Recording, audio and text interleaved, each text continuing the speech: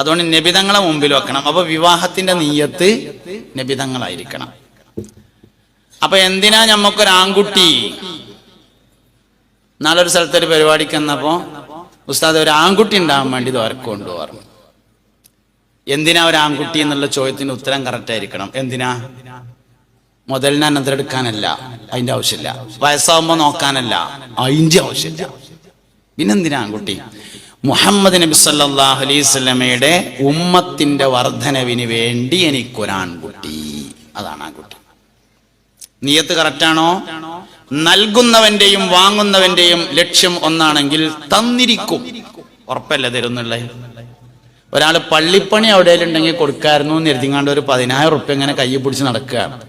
അയാളോട് വിശ്വസ്തനായ ഒരാൾ ചെന്നിട്ട് പള്ളിപ്പണിക്ക് എന്തെങ്കിലും തരുമെന്ന് ചോദിച്ചാൽ അപ്പെടുത്തു കൊടുക്കൂലേ? നൽകുന്നവന്റെ ഉദ്ദേശവും വാങ്ങുന്നവന്റെ ഉദ്ദേശവും ഒന്നായാൽ ഉടനെ ലഭിച്ചിരിക്കും. അതുകൊണ്ട് ഒന്ന് നിയ്യത്ത് കറക്റ്റ് ചെയ്യണം.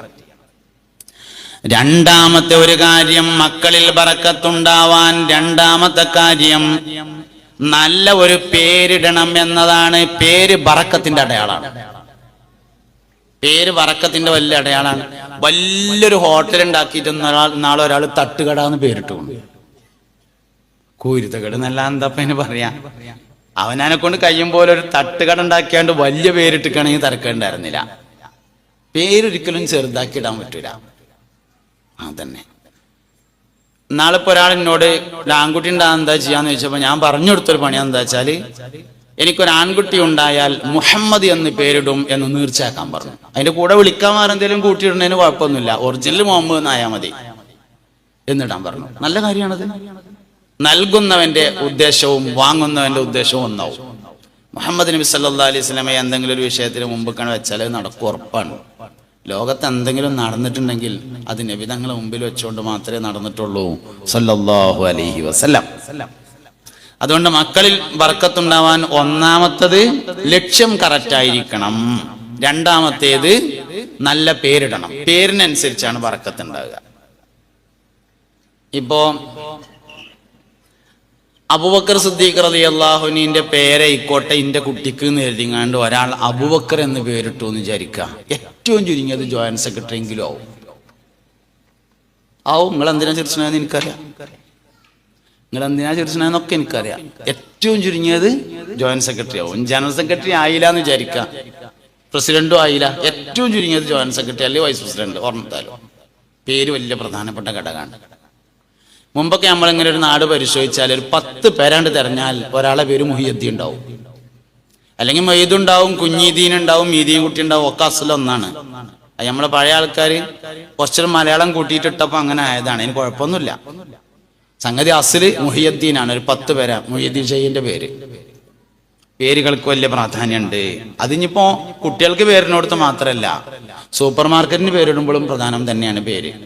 ഹോട്ടലിന് പേരിടുമ്പോഴും പ്രധാനമാണ്. കമ്പനിക്ക് പേരിടുമ്പോഴും പ്രധാനമാണ്.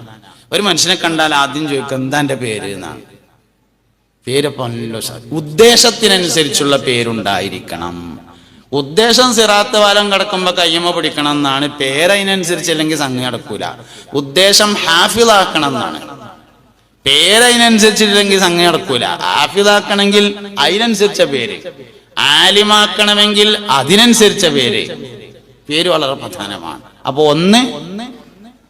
ഒന്ന് നബി സല്ലല്ലാഹു അലൈഹി വസല്ലം തങ്ങളെ മനസ്സിൽ വിചാരിക്കണം. 2 നല്ല പേരിടണം.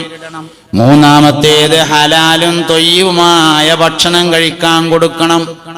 ഒരു മനുഷ്യന്റെ ജീവിതത്തിന്റെ ഹൈറും ഷറും തീരുമാനിക്കുന്നതിൽ അവൻ കഴിക്കുന്ന ഭക്ഷണത്തിന് വലിയ പ്രാധാന്യമുണ്ട്. അതുകൊണ്ട് ഹലാലും ത്വയ്യിബുമായ ഭക്ഷണം കൊടുക്കണം. ഹലാല് മാത്രം പോരാ, ത്വയ്യിബായിരിക്കണം. എല്ലാ ഹലാലുകളും ത്വയ്യിബല്ല, എല്ലാ ത്വയ്യിബുകളും ഹലാലാണ്. അതുകൊണ്ട് ഭക്ഷണം ഹലാലായാൽ പോരാ, ഭക്ഷണം ത്വയ്യിബായിരിക്കണം. എന്താ ത്വയ്യിബ് പറഞ്ഞാൽ? ത്വയ്യിബ് എന്ന് പറഞ്ഞാൽ നൽകുന്നവൻ സന്തോഷത്തോടുകൂടെ നൽകുന്നതിനാണ് ത്വയ്യിബ് എന്ന് പറയുന്നത്. ഹലാലിന് വേറെയും വഴിയുണ്ട്. ഹലാല് എന്ന് പറഞ്ഞാൽ ഇപ്പൊ പലതുണ്ട്. ഇപ്പോ ജീവൻ നിലനിർത്താൻ വേണ്ടി പന്നിമാംസം കഴിക്കൽ ഹലാലാവും, ത്വയ്യിബാവൂല. അപ്പൊ ഹലാല് വേറെയാണ്, ത്വയ്യിബ് വേറെയാണ്. ത്വയ്യിബ് നൽകുന്നവൻ മനസ്സറിഞ്ഞ് സന്തോഷത്തോടുകൂടെ നൽകുന്നത്. അതാണ് സഹയ്യിന്റെ ഭക്ഷണത്തിൽ ശിഫയുണ്ടാകുമെന്ന് പറയാൻ കാരണം. ധർമ്മിഷ്ഠന്റെ ഭക്ഷണത്തിൽ ശിഫയുണ്ടാകുമെന്നാണ്. ചില നാട്ടില് നമ്മൾ എന്തെങ്കിലും പരിപാടിക്കൊക്കെ ചെന്നിട്ട് ഭക്ഷണം കഴിക്കാൻ വീട്ടിൽ ചെന്നാൽ ആൾക്കാർ പറയും, ഇവിടെ എന്ത് പരിപാടി ഉണ്ടായാലും ഉസ്താദെ ഭക്ഷണം മൂപ്പര കൊടുക്കാൻ, നല്ലോണം പള്ളറച്ചും പിന്നെ കുറച്ചും തിന്നിട്ട് വേണമെങ്കിൽ പെരേക്കും കൊണ്ടുപോവാം. എന്തേ? ധർമ്മിഷ്ഠന്റെ ഭക്ഷണത്തിൽ ശിഫയുണ്ടായിരിക്കും. അതേ സമയത്ത് പിശുക്കന്റെ ഭക്ഷണത്തിൽ രോഗമുണ്ടാവും.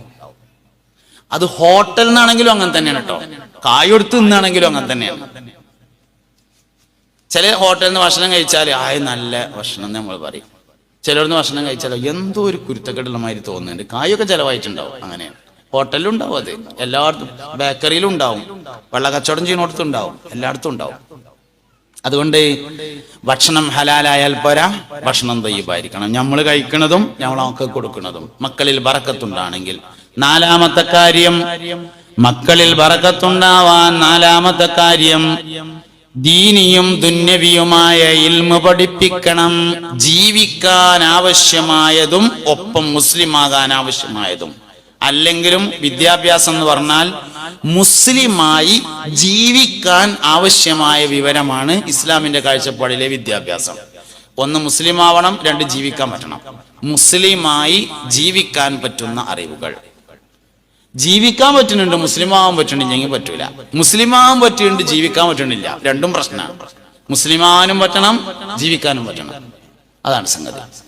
അപ്പൊ മുസ്ലിമായി ജീവിക്കാൻ ആവശ്യമായ ദീനിയും ദുന്യവിയുമായ ഇൽമു പഠിപ്പിക്കണം എന്നതാണ്. അപ്പൊ മക്കളിലെ ബറക്കത്തെ ഞാൻ പറഞ്ഞു. കുടുംബജീവിതത്തിൽ ഇതേമാതിരി തന്നെയാണ്. കുടുംബജീവിതം ബറക്കത്തുള്ള കുടുംബജീവിതം ഉണ്ടാവും, ബറക്കത്തില്ലാത്തതുണ്ട്. ബറക്കത്തുള്ള കുടുംബജീവിതത്തിന്റെ ഏറ്റവും വലിയ ഉദാഹരണം മുഹ്യിദ്ദീൻ ശൈഖാണ് റളിയല്ലാഹു അൻഹു.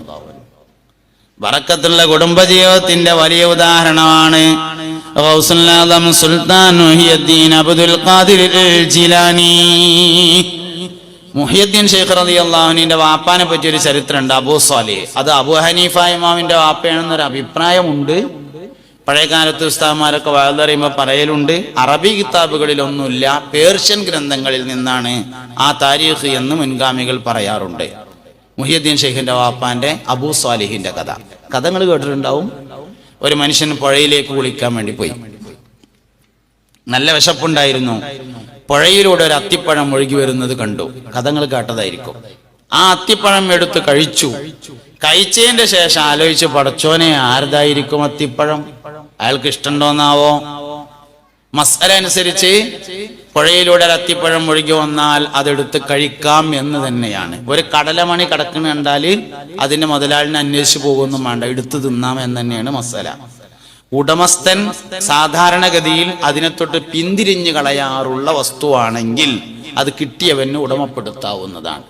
ഉടമസ്ഥൻ പിന്തിരിഞ്ഞ് കളയാത്തതാണെങ്കിൽ അന്വേഷിക്കാൻ സാധ്യതയുള്ള അത്രയും സമയം പരസ്യം ചെയ്യേണ്ടതാണ്. സ്വർണ്ണക്കാവുമ്പോൾ അതിനനുസരിച്ച് വേണ്ടി വരും, 10 റുപ്യ ആവുമ്പോൾ അതിനനുസരിച്ച് മതിയാവും. അങ്ങനെയാണ്. അപ്പൊ ഒരു പുഴയെ കൂടെ അത്തിപ്പഴം ഒഴുകി വന്നാൽ എടുത്ത് തിന്നാൻ തന്നെയാണ് മസ്സല. എന്നാലും ആരുടെ ഇക്കാരം റബ്ബേ. അങ്ങനെ പുഴക്കരയിലൂടെ അത്തി മുതലാളിയെ തെരഞ്ഞുപോയി. കുറെ ദൂരം ചെന്നപ്പോ അബ്ദുല്ലാഹി സൗമായി എന്ന പേരായ സയ്യിദായ ഒരു മനുഷ്യന്റെ തോട്ടത്തിൽ നിന്ന് അത്തിമരം പുഴയിലേക്ക് ചെരിഞ്ഞു നിൽക്കുന്നു. കഴിച്ചതുപോലെയുള്ള അത്തിപ്പഴം ആ മരത്തിൽ നിൽക്കുന്നുണ്ട്. ഈ മുതലാളിയുടെ അത്തിപ്പഴം തന്നെയായിരിക്കും ഞാൻ കഴിച്ചതെന്ന് മനസ്സിലാക്കി അത്തി മുതലാളിയുടെ അടുക്കൽ ചെന്നിട്ട് പറഞ്ഞു, നിങ്ങളുടെ അത്തിമരത്തിൽ നിന്ന് പുഴയിലേക്ക് ചാടിയ ഒരത്തിപ്പഴം ഞാൻ കഴിച്ചു പോയി, നിങ്ങൾ അതെനിക്ക് പൊരുത്തപ്പെട്ടു തരുമോ? അബ്ദുല്ലാഹി സൗമായി എന്ന സയ്യിദായ തോട്ടമുടമ പറഞ്ഞു, ഞാൻ പൊരുത്തപ്പെട്ടു തരൂലാന്ന്. എന്നാ പൊരുത്തപ്പെട്ട് കിട്ടാൻ ഞാൻ എന്താ വേണ്ടത്? എന്റെ തോട്ടത്തിൽ ശമ്പളമില്ലാതെ ജോലി ചെയ്യണം. ആയിക്കോട്ടെ എന്ന് പറഞ്ഞു. കാലാവധി പൂർത്തിയായി, ഞാൻ പോട്ടെ എന്ന് ചോദിച്ചു. പൊരുത്തപ്പെടൂലെന്ന് പറഞ്ഞു. ഇഞ്ഞെന്താ വേണ്ടതെന്ന് ചോദിച്ചു. കയ്യും കാലുമില്ലാത്തൊരു മകൾ എനിക്കുണ്ട്, അവളെ വിവാഹം കഴിക്കണമെന്ന് പറഞ്ഞു.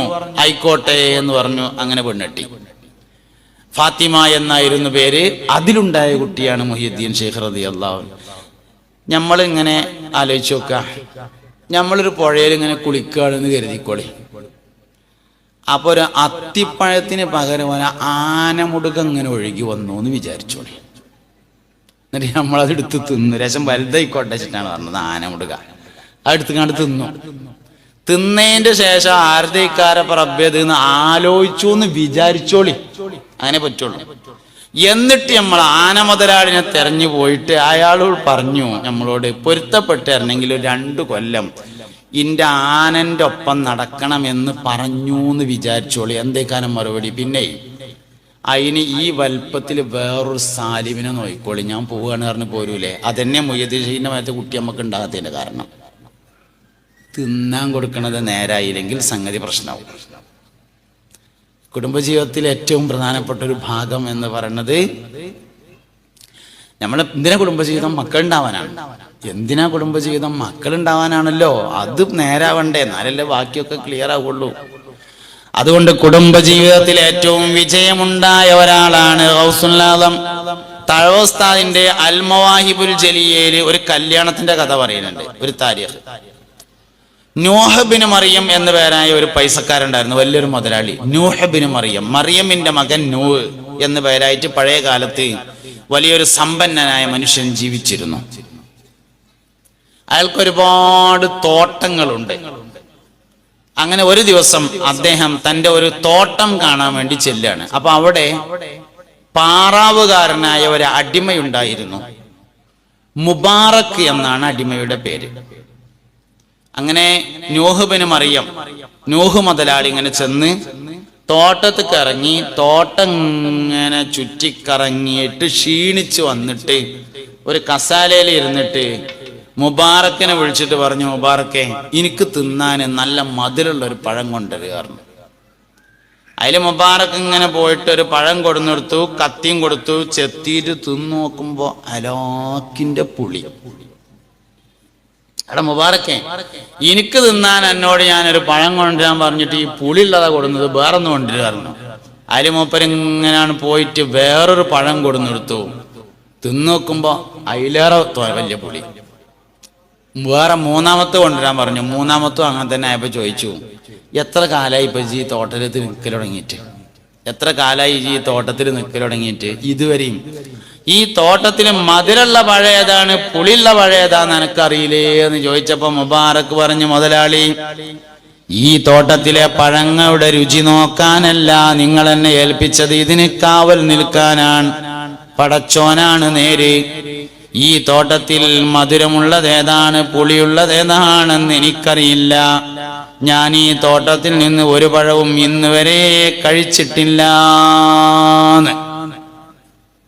നൂഹ് മുതലാളി പറഞ്ഞു മുബാറക്കിനോട്, വേഗം തുണിങ്കുപ്പായം മാറ്റൊരാവശ്യമുണ്ട് പറഞ്ഞു. മാറ്റൂട് പറഞ്ഞു. അങ്ങനെ തുണിങ്കുപ്പായം മാറ്റി പെരേക്കൊണ്ടായി. വീട്ടിൽ ചെന്ന് ഭാര്യയോട് പറഞ്ഞു, സഹധർമ്മിണി, എനിക്കൊരു പുതിയ ആശയം തോന്നുന്നുണ്ട് പറഞ്ഞു. എന്താ നിങ്ങളെ ആശയം എന്ന് ചോദിച്ചു. ഞാൻ ഇന്ന് രാവിലെ നമ്മളെ തോട്ടത്തിൽ ചെന്ന് ഇങ്ങനെ കറങ്ങിയിട്ട് മുബാറക്കിനോട് ഒരു പഴം കൊണ്ടുവരാൻ പറഞ്ഞപ്പോ ഇങ്ങനെയൊക്കെ ഉണ്ടായി. അതുകൊണ്ട് എനിക്കൊരാശയം തോന്നിയായിരുന്നു. എന്ത് ചോദിച്ചു. നമ്മളെ മോൾക്ക് നമ്മൾ കുറെ കാലമായിട്ടൊരു പുതിയാപ്പളുടെ അന്വേഷിച്ച് നടക്കല്ലേ, മുബാറക്കിനെ കൊണ്ടാണ് കെട്ടിച്ചാലോ എന്ന് തോന്നുന്നുണ്ട് പറഞ്ഞു. ഭാര്യ പറഞ്ഞു, ഞാൻ മോളോടും ചോദിക്കട്ടെ പറഞ്ഞു. ഉടൻ തന്നെ മകളെ വിളിച്ചു തള്ള പറഞ്ഞത്. ഉടൻ തന്നെ മകളെ വിളിച്ചു തള്ള പറഞ്ഞത്. ശ്രദ്ധിച്ചു കേട്ടു ജവാബിതാണുണ്ടായത്. മക്കൾക്ക് ഗുണമല്ലാത്തതൊന്നും തന്നെ മാതാപിതാക്കളിൽ നിന്ന് വരുമോ പൊന്നെ? അതിനാൽ നിങ്ങൾക്കിഷ്ടമായി തോന്നുന്നത് എനിക്കിഷ്ടമാണ്, തൃപ്തിയുമുള്ളത്. ഉടൻ തന്നെ താൻ തന്റെ അടിമയെ ഇത്ഖാക്കി ഒരു ചെറിയ സദ്യ നടത്തി മരുമകനാക്കി. ലോകത്ത് എമ്പാടും പ്രസിദ്ധം ഉള്ള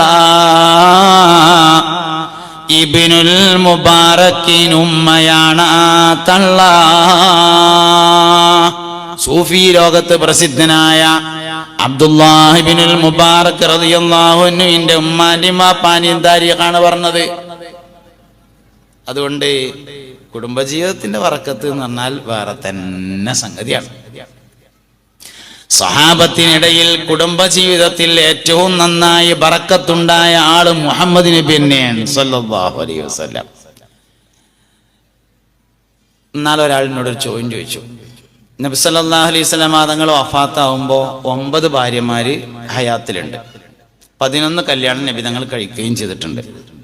നബി തങ്ങൾ വഫാത്താവുമ്പോ 9 ഭാര്യമാരുണ്ട്. ആയിഷത്തുൻ വാ ഹഫ്സത്തുൻ വാ സൗദ അന്തിസ്ഇൻ ഇസ്വാതിൻ വഫാത്തുൽ മുസ്തഫ ഖുയ്യിറന ഫഖ്തറന നബിയൽ മുഖ്തഫ ആയിഷത്തുൻ വാ ഹഫ്സത്തുൻ വാ സൗദ സോഫിയത്തും മൈമുനത്തും വാ റംല ഹിന്ദും വാ സൈനബും കദാ ജുവൈരിയ ലിൽമുഅ്മിനീന ഉമ്മഹാത്തുൻ മർദിയ. നബി സല്ലല്ലാഹു അലൈഹി വസല്ലം വഫാത്താവുമ്പോൾ 9 ഭാര്യമാരുണ്ട്, 11 കല്യാണം നബി തങ്ങൾ കഴിക്കുകയും ചെയ്തിട്ടുണ്ട്. അലി റളിയല്ലാഹു അൻഹു ഒരിക്കൽ നബിനോട് ഫാത്തിമ ബി റളിയല്ലാഹു അൻഹയെ കല്യാണം കഴിച്ചതിന് ശേഷം രണ്ടാമതൊരു കല്യാണം കഴിക്കാൻ വേണ്ടി സമ്മതം ചോദിച്ചപ്പോൾ നബി തങ്ങൾ സമ്മതിച്ചില്ല സല്ലല്ലാഹു അലൈഹി വസല്ലം. നബി തങ്ങൾ 9 പെണ്ണിട്ടും ചെയ്തിട്ടുണ്ട്. അലി റളിയല്ലാഹു അൻഹുവിന്റെ അടുത്ത് മോളാണുള്ളത്. പുതിയാപ്പള മരുവന് ഒരു പെണ്ണുകൂടിയും കെട്ടാൻ വേണ്ടി സമ്മതം ചോദിച്ചപ്പോൾ കൊടുത്തതുമില്ല. ഇരട്ടത്താപ്പല്ലേ എന്ന് ചോദിച്ചു.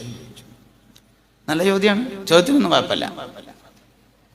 ഏത് ഹദീസിൽ സംശയം ഉണ്ടായാലും ആദ്യം ചെയ്യേണ്ടത് ഏതാണ് ആ ഹദീസ്, എവിടെയാണ് ആ ഹദീസ്, ആ ഹദീസിന്റെ പൂർണ്ണ രൂപം എങ്ങനെയാണ്, ഇതാണ് ആദ്യം പരിശോധിക്കേണ്ടത്. അലി റളിയല്ലാഹുവിന് സമ്മതം ചോദിച്ച ഹദീസ് ഇമാം തുർമുദി റളിയല്ലാഹുവിന് റിപ്പോർട്ട് ചെയ്തിട്ടുള്ള ഹദീസാണ്. ആ ഹദീസിൽ തന്നെ നബി സല്ലല്ലാഹു അലൈഹി വസല്ലം പറയുന്നുണ്ട്, അലി റളിയല്ലാഹുവിന് രണ്ടാമതൊരു കല്യാണം കഴിക്കാൻ നബി തങ്ങളോട് സല്ലല്ലാഹു അലൈഹി വസല്ലമയോട് സമ്മതം ചോദിച്ചു.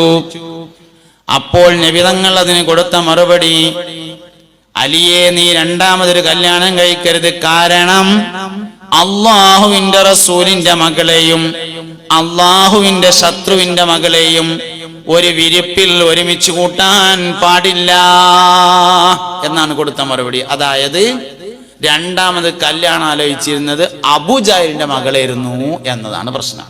അല്ലാതെ രണ്ടാമത് കല്യാണം കഴിക്കാൻ സമ്മതം കൊടുക്കാതിരുന്നതല്ല. രണ്ടാമത് കെട്ടാൻ പോണത് അബൂജഹലിന്റെ മകളെയാണ്. അള്ളാഹുവിന്റെ റസൂലിന്റെ മകളെയും അള്ളാഹുവിന്റെ ശത്രുവിന്റെ മകളെയും ഒരു വിരിപ്പിൽ ഒരുമിച്ച് കൂട്ടുന്നത് ശരിയല്ല അലിയേ എന്നാണ് പറഞ്ഞിട്ടുള്ളത്. നബി സല്ലല്ലാഹു അലൈഹി വസല്ലം തങ്ങൾ 9 കല്യാണം കഴിച്ചു. എന്താണ് 9 വിവാഹത്തിലെ ഉസ്വത്തുൻ ഹസന, നല്ല മാതൃക എന്നൊരാൾ ചോദിച്ചു. നല്ല ചോദ്യമാണ്.